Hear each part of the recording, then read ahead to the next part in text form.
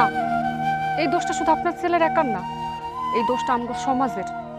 এই সমাজের একটাই সমস্যা, স্বামীর কাম থাকবো না, কিন্তু বউ বাইরে যা কাম করতে পারবো না।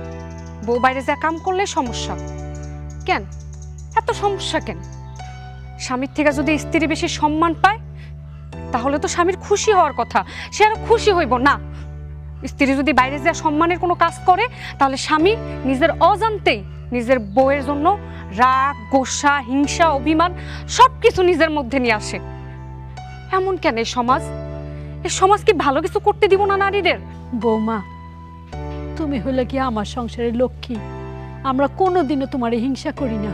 আপনি করেন নাই আম্মা, কিন্তু আপনার ছেলে করছে। আপনার ছেলে প্রতিনিয়ত আমার সাথে হিংসা করছে, কারণ আমি তারে কমান্ড করছি।